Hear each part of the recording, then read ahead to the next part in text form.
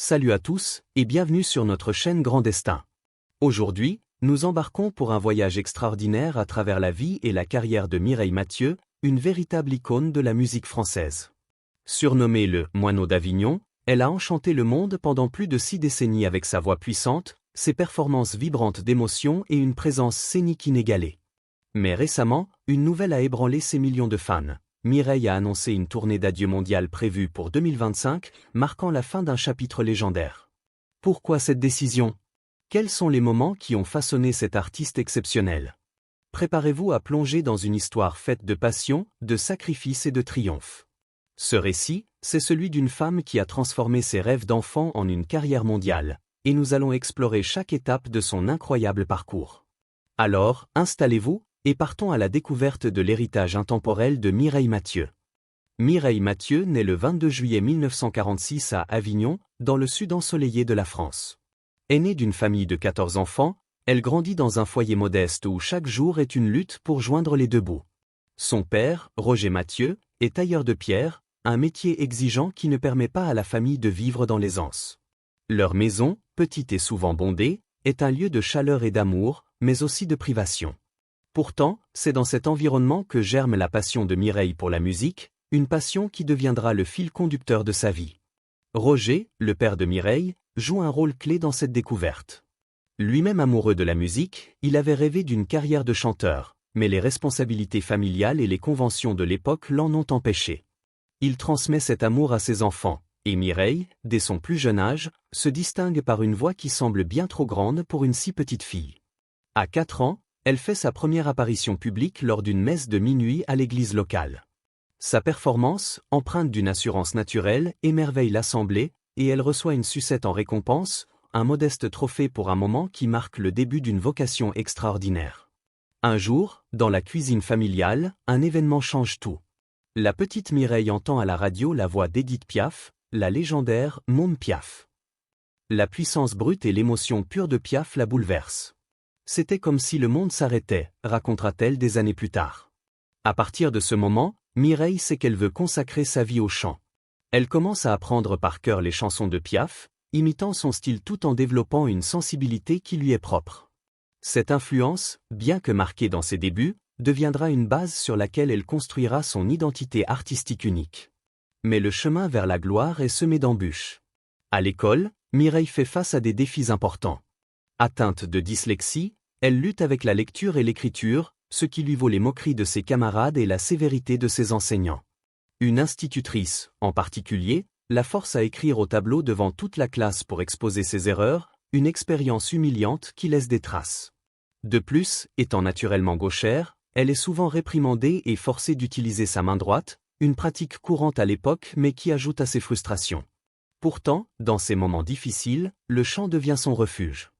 Avec une mémoire remarquable, elle mémorise les paroles des chansons sans effort, un talent qui compensera plus tard ses difficultés académiques. À l'adolescence, Mireille prend une décision radicale, quitter l'école à 15 ans pour aider sa famille financièrement.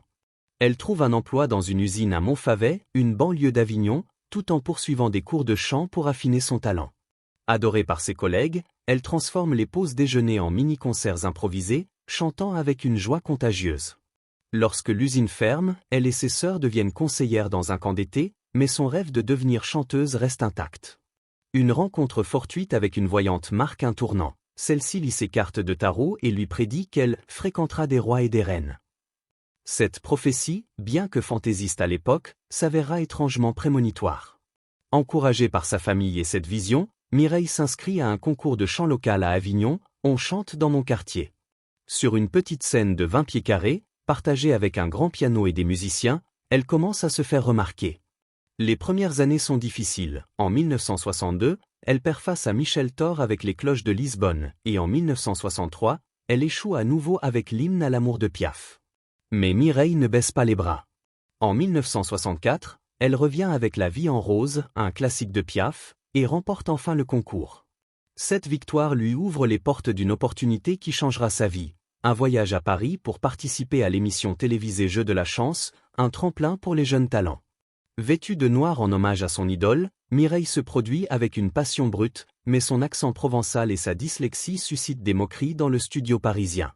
Malgré cela, sa voix puissante et son authenticité captivent le public.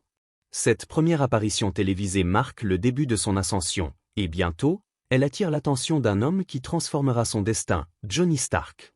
En 1965, Mireille rencontre Johnny Stark, un manager charismatique surnommé « l'Américain » par sa famille en raison de son allure sophistiquée et de ses manières assurées. Ancien impresario d'artistes comme Yves Montand, Stark voit en Mireille un diamant brut. Elle a tout à apprendre, marcher, respirer, articuler, déclare-t-il, mais cette voix, personne ne doit y toucher. Il prend la jeune chanteuse sous son aile avec une discipline presque militaire, déterminé à faire d'elle une star mondiale. Le partenariat entre Mireille et Stark est souvent comparé à celui du colonel Tom Parker et d'Elvis Presley. Stark impose un rythme de travail intense, cours de chant avec des professeurs renommés, leçons de danse pour perfectionner sa présence scénique, cours de français pour polir son accent provençal, et même des cours d'anglais pour conquérir les scènes internationales. Il supervise chaque détail, de ses tenues élégantes à sa célèbre coupe au carré, qui deviendra une marque de fabrique reconnaissable dans le monde entier. « Je serai impitoyable », prévient-il, mais il promet aussi de faire d'elle une « très grande star ». Mireille, avec sa détermination et son amour du travail, accepte ce défi avec enthousiasme. Sous la direction de Stark, Mireille se produit pour la première fois à l'Olympia, la salle de spectacle légendaire de Paris, en novembre 1965. Accompagnée par le chef d'orchestre Paul Moria, elle livre une performance électrisante qui conquiert le public. Son premier album, en direct de l'Olympia, devient un succès retentissant, porté par des chansons comme Mon Credo, Viens dans ma rue et La Première Étoile. À seulement 19 ans, Mireille devient une sensation nationale, et son label, Barclay, revendique 40% du marché des disques pop français à la fin des années 1960. Le succès de Mireille ne se limite pas à la France. Grâce à la vision stratégique de Stark, elle conquiert des scènes internationales. Elle se produit au London Palladium, où elle chante devant la reine Elisabeth II, et à The Ed Sullivan Show aux États-Unis, partageant la scène avec des légendes comme Elvis Presley, Dean Martin et Frank Sinatra. Elle s'adapte à chaque public en chantant dans plusieurs langues anglais, allemand, espagnol, italien, et même russe, une prouesse rare à l'époque. Chaque performance renforce son statut d'icône mondiale, et son répertoire, mêlant chansons d'amour intemporelles et mélodies populaires, touche des millions de cœurs. Mais la vie de star n'est pas sans défi. En 1968, un accident de voiture fracture une vertèbre de Mireille, mettant sa carrière en péril. Pendant sa convalescence, elle reçoit une lettre de menace anonyme, ajoutant à son stress. Bien qu'aucune fraude ne soit prouvée, cet incident révèle les pressions auxquelles elle est confrontée. En 1971, une bataille juridique éclate entre Barclay Records et Philips Records, alors que Stark signe un contrat majeur pour répondre à la demande croissante de ses enregistrements. Ces tensions, combinées à la santé fragile de Stark, qui subit un premier infarctus en 1972, mettent Mireille à rude épreuve. Pourtant, elle continue de briller, portée par sa passion et le soutien indéfectible de son manager. Si Mireille Mathieu triomphe sur scène, sa vie personnelle est marquée par des sacrifices. Dans les années 1980, elle se fiance à un riche homme d'affaires, une relation passionnée qui semble promettre un avenir heureux. Le couple planifie un mariage, et l'avenir semble radieux. Mais 3 jours avant la cérémonie, son fiancé lui suggère d'abandonner sa carrière pour se consacrer à une vie de famille. Pour Mireille, ce choix est impensable. Sa musique et sa vie, son identité. Dans une décision déchirante, elle annule les fiançailles, choisissant son indépendance et sa carrière. Dans les années 1990, une nouvelle romance naît avec Guerlain Olivier Échaudemaison, un expert en cosmétique renommé pour son travail avec des figures comme Wallis Simpson. Le couple incarne l'élégance et la sophistication, apparaissant souvent ensemble lors d'événements mondains. Mais une fois encore, alors que les préparatifs du mariage commencent, Mireille fait marche arrière. Les raisons de cette rupture restent entourées de mystères, mais elles reflètent son dévouement absolu à sa carrière. À 77 ans, Mireille vit avec sa sœur Monique, sans mari ni enfant, mais elle trouve du bonheur auprès de ses petits-neveux, qu'elle considère comme ses propres enfants. La relation entre Mireille et Johnny Stark a toujours fasciné les fans et les médias. Stark n'était pas seulement un manager, mais une figure paternelle, surtout après que la célébrité a éloigné Mireille de sa famille à Avignon. Il supervisait chaque aspect de sa carrière, des tenues aux chorégraphies, et leur lien était d'une intensité rare. « Johnny Stark est mon merveilleux ange », dira-t-elle. « Il a vécu pour moi, et j'ai vécu pour lui. » Bien que des rumeurs d'une relation plus profonde aient circulé, Mireille n'a jamais confirmé ni infirmé, laissant planer le mystère. En 1989, la mort soudaine de Johnny Stark d'une crise cardiaque plonge Mireille dans une profonde dépression. Stark, connu pour son dévouement extrême et son style de gestion inflexible, était le pilier de sa carrière. Sa disparition laisse un vide émotionnel et professionnel, aggravé par des complications financières et juridiques liées à sa succession. Pendant plusieurs années, Mireille et son équipe doivent naviguer dans un dédale complexe pour résoudre ces problèmes. Cette période, qu'elle décrira comme l'une des plus sombres de sa vie, met à l'épreuve sa résilience.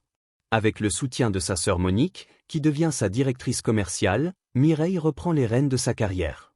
Elle se plonge dans le côté commercial de son métier, apprenant à gérer ses finances et à s'affirmer dans une industrie souvent impitoyable. Cette expérience marque un tournant. Mireille, autrefois guidée par Stark, devient une femme d'affaires indépendante tout en restant fidèle à sa passion pour la musique. Les années 1990 marquent un renouveau pour Mireille. En 1990, elle se produit au Palais des Congrès à Paris, prouvant que son étoile brille toujours. Elle met fin à sa collaboration avec Nadine Joubert, l'assistante de Stark, après avoir découvert des malversations financières. « J'ai réalisé que des gens en qui j'avais confiance ont volé mon argent », confiera-t-elle. Cette expérience douloureuse renforce sa détermination à contrôler sa carrière. En 1993, son album Mireille Mathieu chante Piaf connaît un succès phénoménal, avec plus de 100 000 exemplaires vendus. Cet hommage à son idole montre sa capacité à revisiter les classiques tout en restant pertinente. Elle explore également de nouveaux styles musicaux, collaborant avec des artistes contemporains et intégrant des sons modernes dans des albums comme Vous lui direz, 1995, et Alnur Ein Piel, fin des années 1990. Ces projets mettent en avant sa polyvalence et son audace artistique.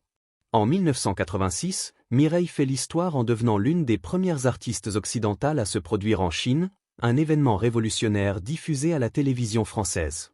Cette performance, devant un public encore peu exposé à la musique occidentale, marque un moment clé de sa carrière.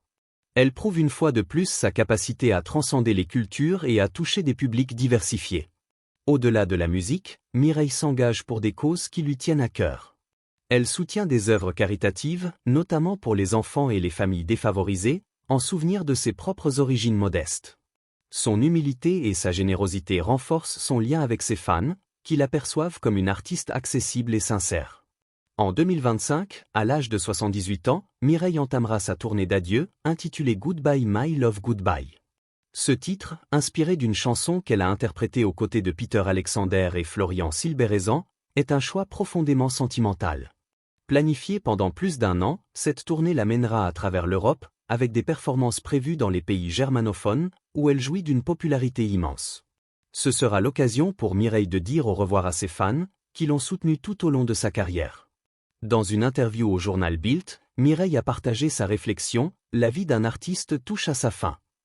Pourtant, elle reste rayonnante et pleine de vitalité. Je ne me sens pas 78 ans, confie-t-elle. Je chante 1 heure par jour, je mange sainement, je ne fume pas, et je n'ai jamais bu plus qu'un verre de champagne pour les occasions spéciales. Cette discipline de fer, combinée à son amour pour la musique, explique sa longévité exceptionnelle. Après la tournée, Mireille prévoit de profiter d'une vie plus calme, partagée entre Paris, Avignon et la Côte d'Azur. Bien qu'elle mette fin aux grandes tournées, elle n'exclut pas des concerts occasionnels. Les grandes tournées, c'est fini, dit-elle, mais son amour pour la scène reste intact. Elle envisage de continuer à s'impliquer dans des projets musicaux et de rester proche de ses fans, même à plus petite échelle. Un héritage intemporel. Avec plus de 190 millions de disques vendus, Mireille Mathieu a laissé une empreinte indélébile sur la musique mondiale. Son répertoire, qui va des chansons d'amour intemporelles aux mélodies modernes, témoigne de sa polyvalence et de son talent. Elle a chanté pour des publics de tous âges et de toutes cultures, des gens simples aux chefs d'État, prouvant que la musique peut unir le monde. Son parcours, marqué par des triomphes et des épreuves, est une source d'inspiration. De la petite fille dyslexique d'Avignon à l'icône mondiale, Mireille a surmonté les obstacles avec courage et détermination. Ses sacrifices personnels, notamment en amour, montrent à quel point elle a consacré sa vie à son article. Pourtant, elle reste humble, fidèle à ses racines et à ses valeurs. L'histoire de Mireille, c'est aussi celle d'une femme qui a su rebondir face aux épreuves. La perte de Johnny Stark, les déceptions amoureuses, Les défis financiers, chaque obstacle a renforcé sa résilience. Avec le soutien de sa famille, en particulier sa sœur Monique, elle a transformé les moments sombres en opportunités de croissance. Sa capacité à s'adapter, à innover et à rester fidèle à elle-même fait d'elle une figure unique dans l'histoire de la musique. Alors que Mireille se prépare à dire adieu à la scène, elle laisse un message clair. Sa musique continuera de vivre à travers ses fans. J'ai vécu mon rêve, dit-elle. J'ai rencontré des gens extraordinaires, voyagé dans le monde entier, et partagé des moments inoubliables avec vous tous. Cette tournée d'adieu n'est pas une fin, mais une célébration de tout ce qu'elle a accompli. Et voilà, les amis. L'histoire de Mireille Mathieu, c'est un voyage extraordinaire, rempli de passion, de sacrifices et de moments magiques. Qu'en pensez-vous? Croyez-vous qu'elle a fait le bon choix en privilégiant sa carrière plutôt que le mariage? Partagez vos réflexions dans les commentaires, on a hâte de vous lire. Si vous avez aimé cette vidéo, n'oubliez pas de mettre un pouce bleu, de vous abonner et d'activer la cloche pour ne rien manquer de nos prochaines histoires. Avant de partir, une dernière question. Quelle est votre chanson préférée de Mireille Mathieu? Dites-le nous dans les commentaires, et restez connectés pour d'autres récits captivants. Merci de nous avoir rejoints, et à très bientôt pour une nouvelle plongée dans le monde de la musique.